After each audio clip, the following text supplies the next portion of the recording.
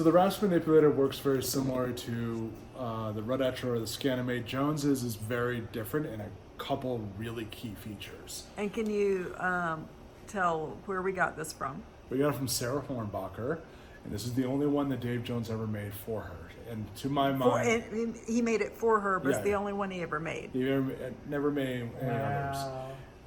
This particular machine is, I think, unless someone can prove me wrong, is the only through zero raster manipulator.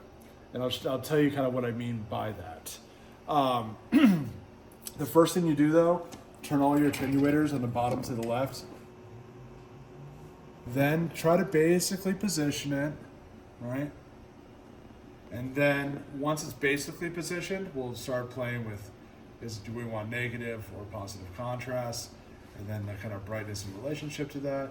And now we see, you can probably point at something better. but yeah, as we can see right now, like this is how it's working. And we can go, you know what? That's a decent enough exposure. Cool. Then what I'll do is I'll adjust the depth. And actually this is filling out quite nice. Sometimes the height or width will be a little bit off and you just kind of have to adjust it to the bounds to get your baseline. So what does a raster manipulator do? Well, raster manipulator does several things. We have width and height, and so if we actually work with these, we can have width and we can collapse this down. But the thing that Jones Raster Manipulator does is it goes through zero, right? So it goes down and then it flips through, right? Yeah. That's on width. Height will flip through as such, okay? Horizontal position brings it off screen, brings it this way, right? Vertical position, this way and this way. Depth is hit width and height together, so it's essentially the same function, but it just does it, and it will flip it all the way through. And so it's not actually going back into space, it's an illusion of just this and this collapsing. See, now it looks like it's going back into space. But really, with the depth, it's just doing those together, okay? And then there's, of course, those two. I'll say what they are. Contrast, positive, negative, and brightness. Generally, with this one, I don't really see tons of difference, even doing control voltage on them, so I just keep them as, I set what I want for the image, and then we'll kind of do that. So, all the ways that I work with those knobs, right, we can have control voltage, and Deborah hates it when I say this, but imagine it like little hands turning the knobs for you, right? But you can also turn the knobs in relationship to them and get a real more dynamic fluid movement. So those same principles of the raster manipulation on there apply here. Because even though it's a vector scope, a raster's being amplified on that vector scope to create the full image. So, what do I mean by this? Okay, and I'm going to bring the height up.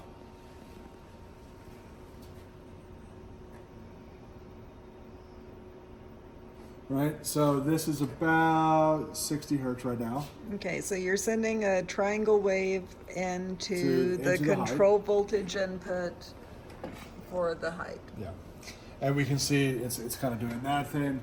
If I start to play it down and bring it to like 30 hertz, now we can see the height go in two different directions at once. One thing you'll notice is that it's not doing it terribly heavily. And the reason for that is this thing generally works better if you amplify the signal. So I will put this into a linear VCA because it's a control voltage instead of audio. And I can just kind of throw the gain up a bit there, and now we'll get much more dramatic results. Okay. And so that's at 30 hertz, but yeah, again, 60, and we're essentially, doing that, and we can actually even perform with that in real time against it. So that's height. Let's bring the height back up. Let's turn up the width. And now width is that whole through zero thing. See, it's going to the middle, And then through 0, it goes through like that. So those little attenuations really matter. But in addition to that, I'm going to put this a little bit up.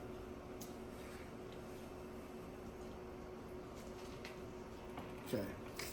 Notice that we have a particular shape going on with the width, and that is the big difference between the two as well. This one, the waveform matters. So right now it's on basically a triangle wave. If I were to bring this,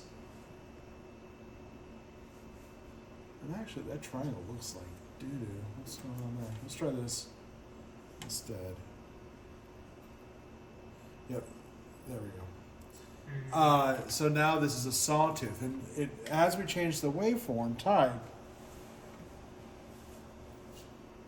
right? It's going out into that, but then as we change the waveform, we start to kind of create quite literal, almost ramps into a direction such. And if I were to put a sine wave in,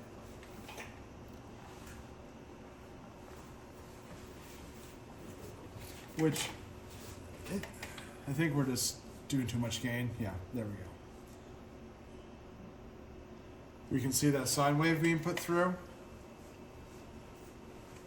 So sine wave, triangle, sawtooth, and then square literally just kind of cuts it between the two. Vertical position works different than height. Put this on as sine wave, right? Has a very, very, very different feel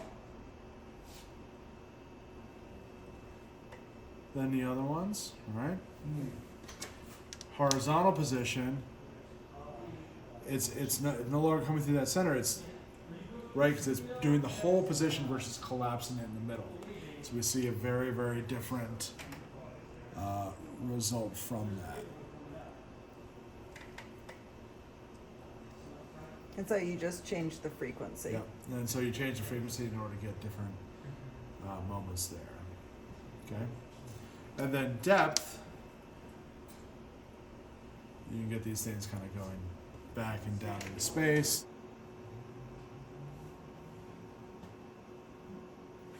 Depending on what frequency you're at, you can have different manipulations of it. And you can still work against that depth and play with it and perform with it. Right? So you're essentially setting a start point from which the attenuation manipulates all of it, which is why it makes it so performative and fun. Yeah. And then, of course, you know, when you start to combine waveforms, right, we can even combine them in our linear VCA right now. Right? Now we have this waveform combining with that one and creating actually a much more kind of dynamic wave that I can start to literally mix in here just on one of those parameters.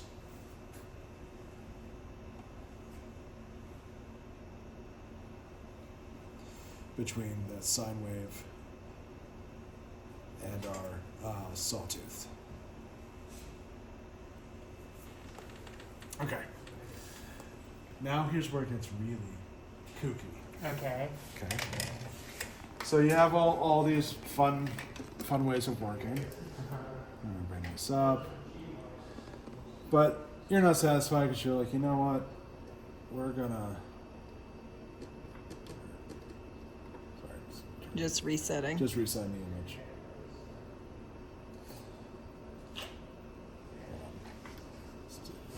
That works better. Okay. So resetting that image now. We have these two cables up top. We can make more if you want to really kind of go crazy with it.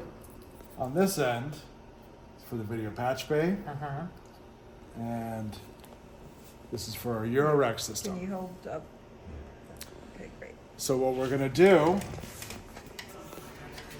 is take our black and white camera A, undo it here.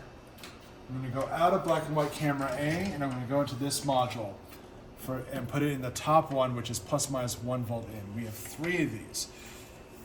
plus minus 1 volt is the voltage range of video. Plus minus 5 volt is the voltage range for control voltage. So we are amplifying video into the control voltage realm. Just as a kind of standard, I'm going to go out of the plus minus 5 volt out into our linear VCA just to give us a little bit of a boost. And now I'm going to put into the depth. Feedback. Nope. Nope. Damn We are using a separate camera here. The comments are gonna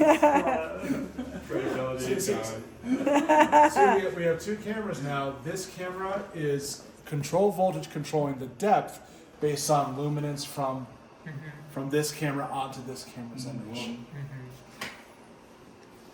So the hand is doing the control voltage, and the people are the other, the original. So, and you can do that on all the different controls. So this is what people would kind of typically call like the Rud-Etcher effect. Yeah. You can put that on height, right? And amplify it a little bit more so it's a little bit more crazy. You can do that on width, right? We can bring it through like that. Horizontal position looks really great with this. All right. And is someone doing their hand or something? Yeah, there you go. Great. Yeah. Or vertical position, right? Here it is. Now we're going to put it up. Or you can put it through a multiple and do it in multiple at the same time, right? Or you could even have, and then you can start mixing pure waveforms into it.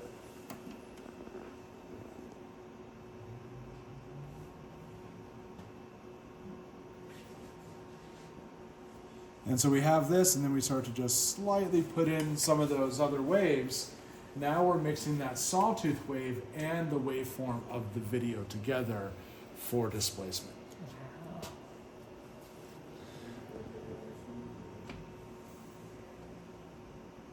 And then also show it with the same camera source. Yeah, okay, so So the original camera I'm- probably is going into a, I don't want to like pull out everything, but let's see. well, just You make can, make black and white camera A go into. Well, we're on color cam on the main camera, so I'm just Okay. gonna put this. I'm gonna just unplug it here. DA1. I'll make him fix your patch. Oh, it's totally okay. I was just saying I don't mind if it all gets unplugged because then I'll okay. get the experience Oh, okay, great. of putting it back together. Okay, so That is an ideal resident. Yeah, I mean, I remember how we designed it. I'm Yeah. gonna mess it up. But Yeah. Okay, great. and It's here's really just if you mind, because I'm gonna ask you for help if I can't figure it out. this is the same image on itself. Let's fix the exposure, right?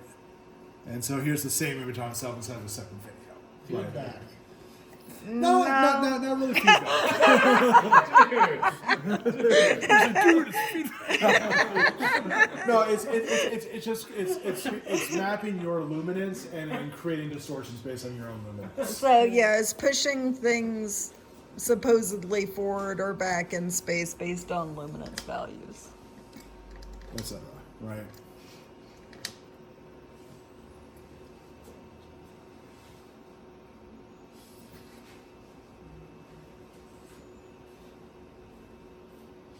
Yeah.